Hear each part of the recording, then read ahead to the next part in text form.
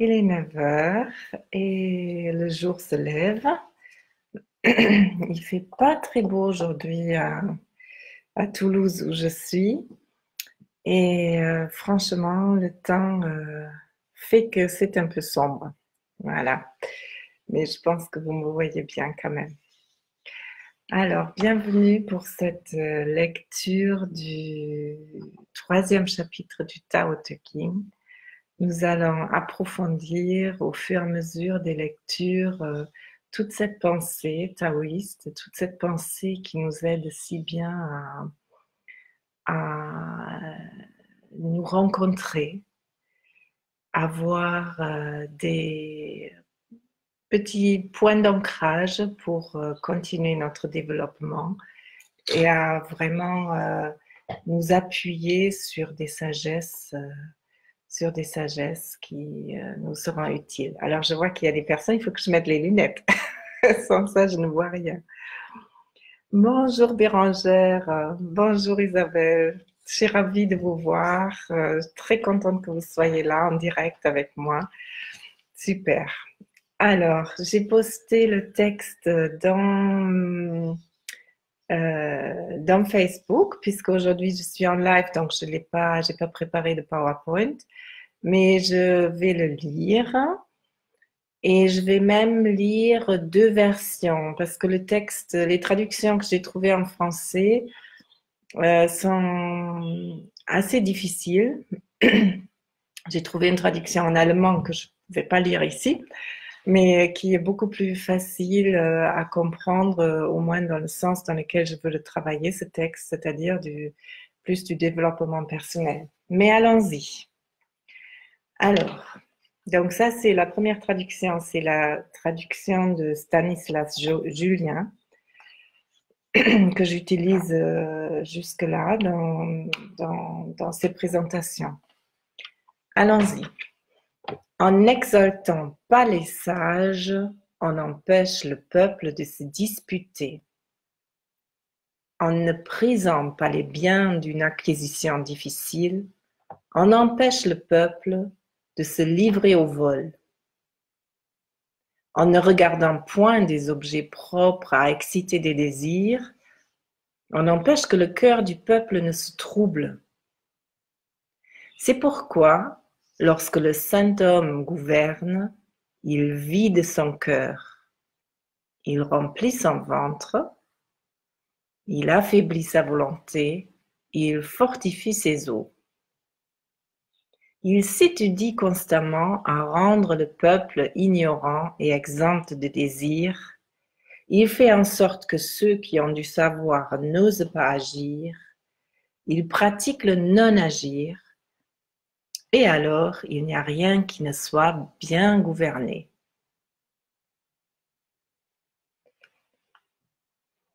Deuxième proposition de traduction, c'est quand même intéressant. Alors là, c'est une traduction de Liu Qiaowei.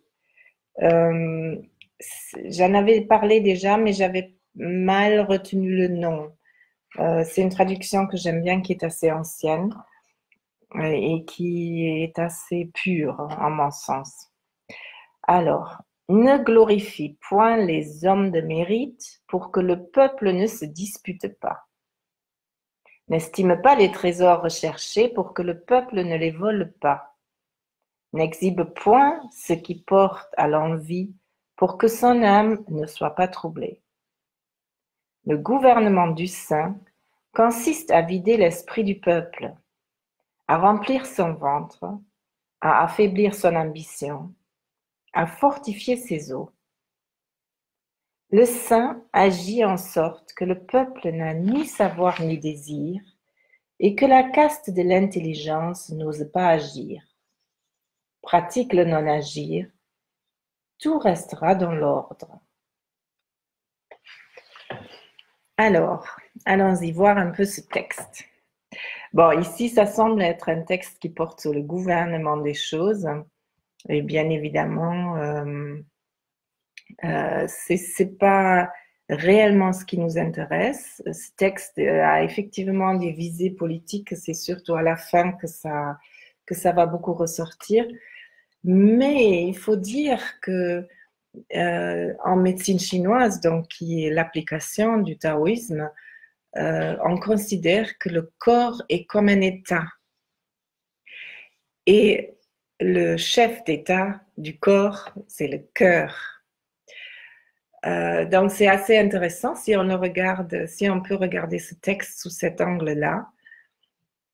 Donc si on dit que le cœur est l'empereur, c'est pour ça qu'il est protégé par une enveloppe du cœur, le péricarde en médecine occidentale, le maître-cœur en médecine chinoise, qui le protège des accès directs. Et l'empereur, pourtant, il doit gouverner le tout. Gouverner, ça veut dire diriger. Il doit effectivement diriger toutes les émotions et les transmettre aux différents organes pour que le corps fonctionne dans une unité et pour que, évidemment, chaque élément ait son travail à faire et que le cœur, l'empereur, ne doit pas tout faire par lui-même. Il délègue. Voilà, donc c'est comme ça que les différentes émotions sont associées à différents organes et vont produire des effets différents dans le corps. Alors, on voit le texte de plus près. Je remets les lunettes. Il faut que je me trouve. Voilà. Alors, je ne vais pas le prendre tout en détail parce que vraiment c'est compliqué. En n'excitant pas les sages, on empêche le peuple de se disputer. En ne prisant pas les biens d'une acquisition difficile, on empêche le peuple de se livrer au vol. En ne regardant point les objets propres à exciter des désirs, on empêche que le cœur du peuple ne se trouble.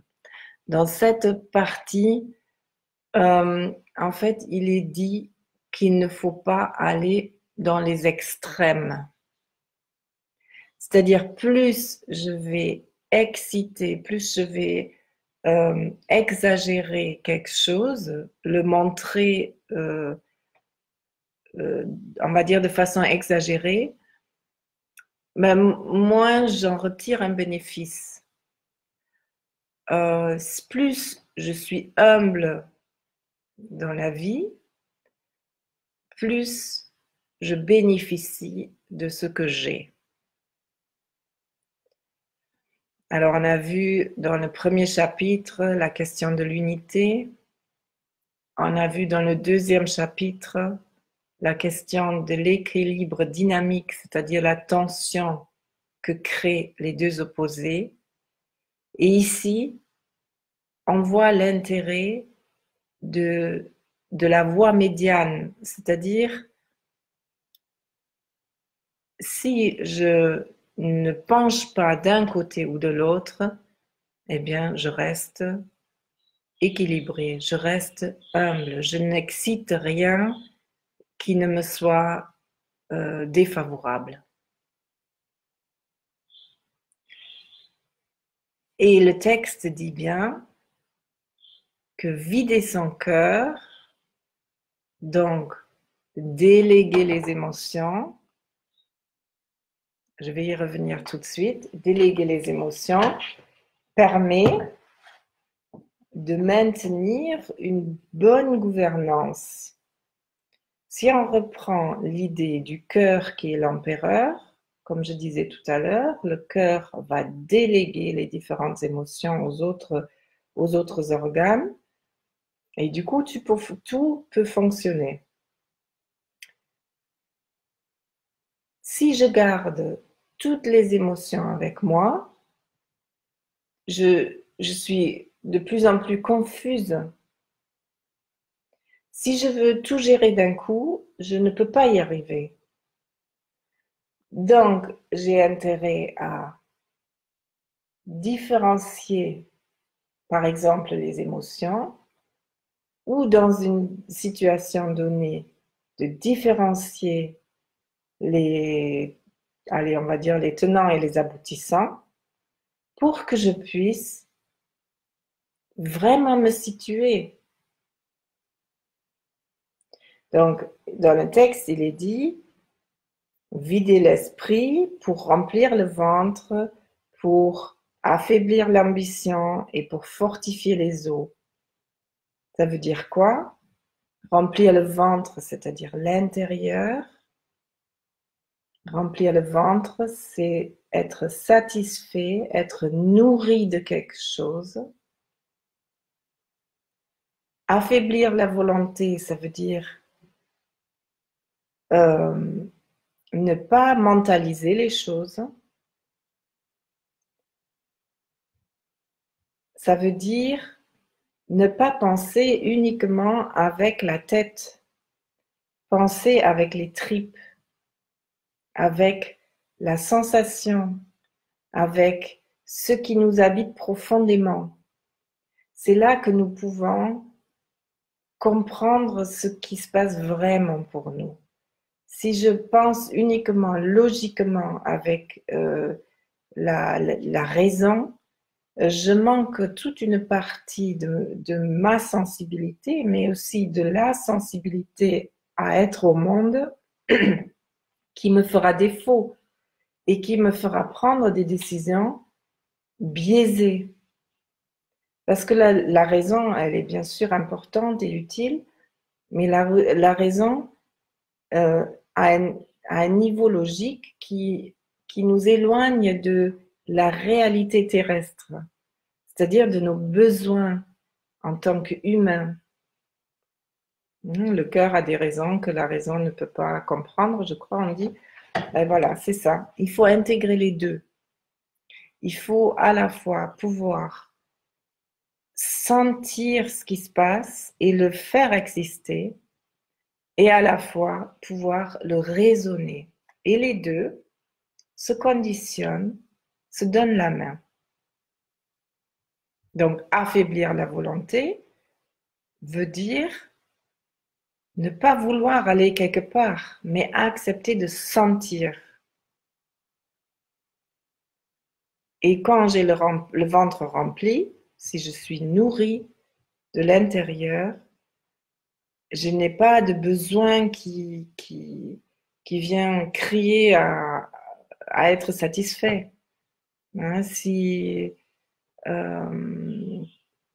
par exemple, si j'ai un besoin vital qui demande à être satisfait, eh bien forcément, c'est ça qui passe en premier. Donc, pour une situation où j'ai besoin de mobiliser plus de force en moi pour résoudre un problème qui n'est pas vital, mais qui est quand même important dans ma vie, comme par exemple une relation qui se passe pas très bien, bien, si je suis satisfaite dans mes besoins fondamentaux, si je suis bien reposée, si je suis pas malade, si je suis bien nourrie, eh bien, je vais avoir plus de capacité à être et à agir dans cette situation de difficulté relationnelle, dans cet exemple, que si je suis épuisée, malade, etc. Voilà. Et fortifier les os, ça veut dire ne pas user son énergie vitale. En médecine chinoise, on dit que on a une énergie fondamentale, une énergie vitale qui est comme un stock qui est utilisé dans des situations d'urgence d'urgence ou de grandes difficultés. Et pour vivre tous les jours, pour faire ce que j'ai à faire de ma vie, je ne dois pas faire appel à cette énergie-là, mais je fais appel à ce que je peux apporter. Donc la nourriture, le sommeil, les bonnes émotions, etc. Je peux entretenir tout ce que j'apporte à mon corps à tout moment pour pouvoir créer une ressource suffisante pour subvenir à mes besoins et vivre une vie harmonieuse.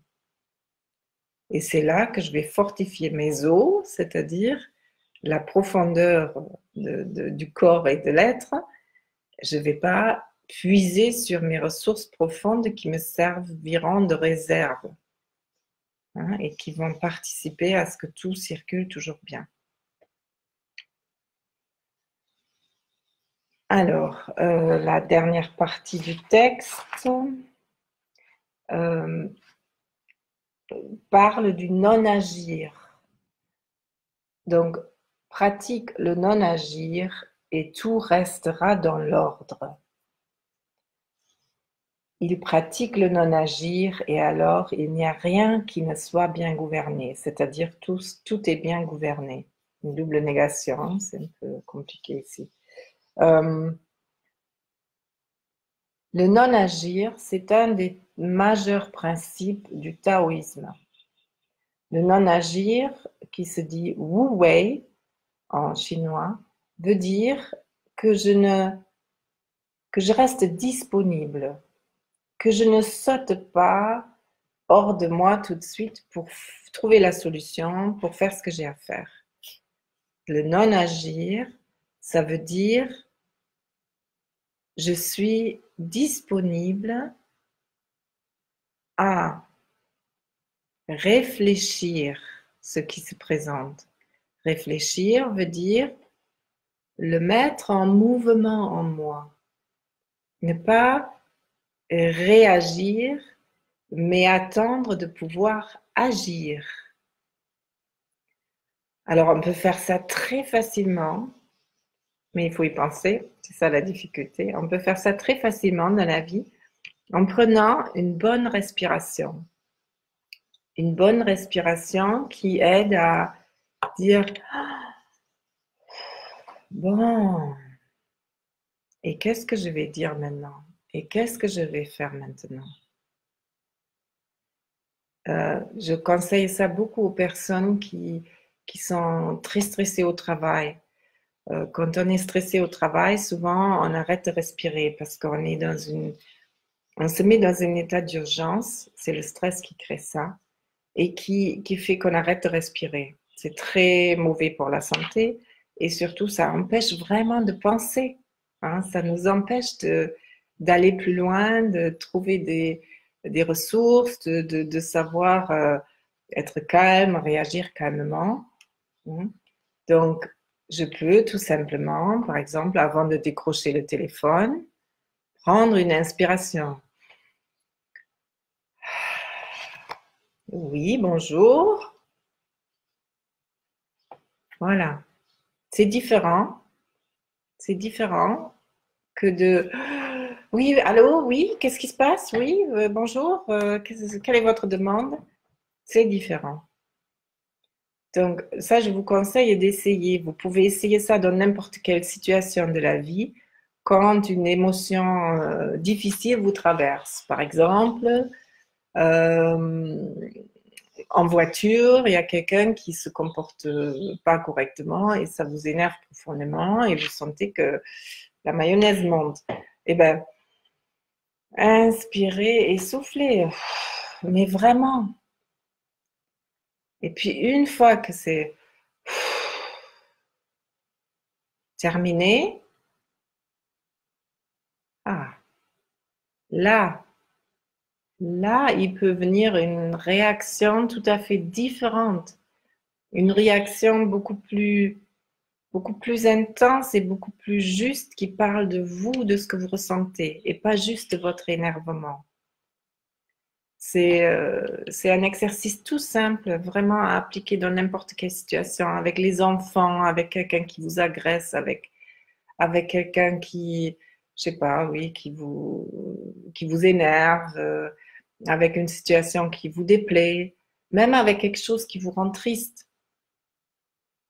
Prenez le temps d'inspirer, de souffler avant de continuer à penser, ou plutôt avant de commencer de penser, parce que cette émotion fulgurante qui arrive, ben, elle empêche de penser réellement, c'est-à-dire de mettre en rapport la pensée logique et la pensée émotionnelle. Alors, Oui, voilà. Oui, Bérangère, merci. Oui, tu es souvent en apnée, oui. Et tu vas pratiquer la respiration. C'est très bien, vraiment. Et c'est quelque chose, moi je dis toujours, c'est un trésor. On a un trésor avec nous et il faut apprendre à s'en servir tout le temps. Il n'y a pas de, il y a aucune limite pour ça dans n'importe quelle situation de la vie. Et ça demande même pas une minute, c'est quelques secondes. Et ces secondes-là, on peut se les offrir. Et c'est vraiment un cadeau qu'on se fait parce que c'est un cadeau qui nous ouvre à nous-mêmes et à notre vérité intérieure.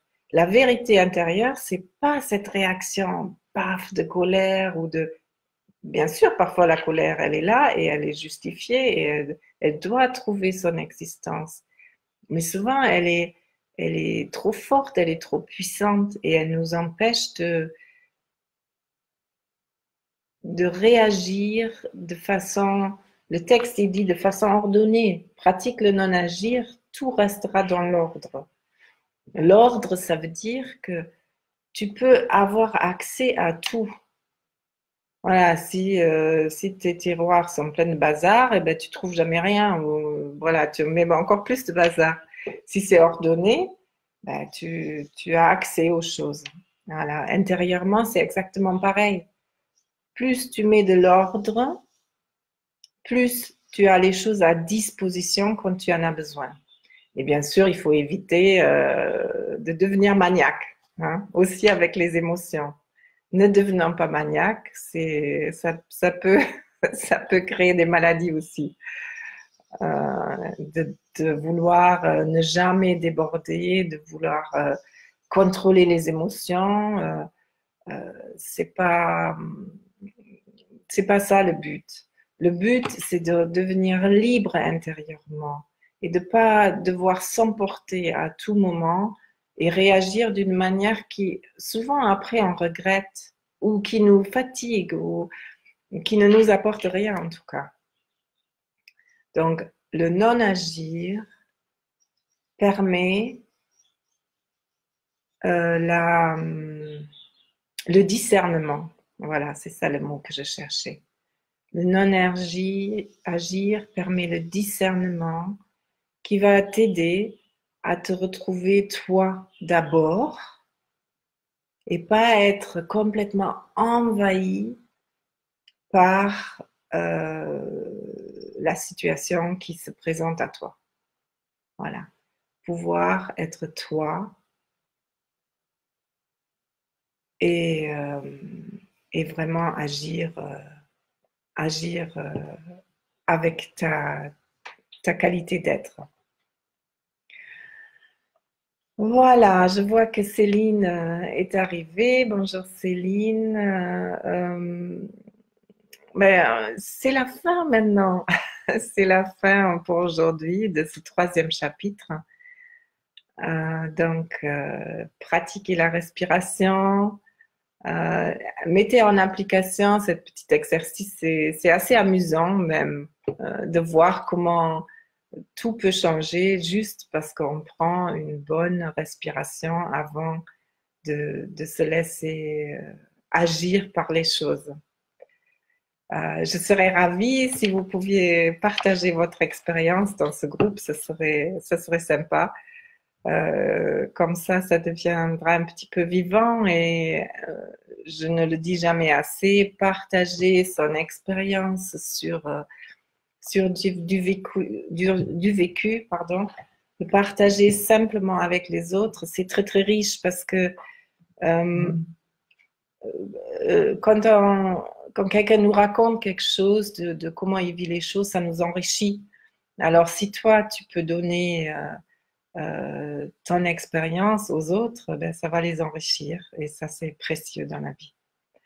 Voilà, c'est comme ça qu'on se met en relation les uns aux autres et qu'on peut construire des choses enrichissantes et, et la vie devient chouette. Voilà, je vous souhaite un très bon samedi d'abord, un très bon dimanche, le dernier dimanche de l'Avent de l'année, et puis surtout de très belles fêtes de Noël.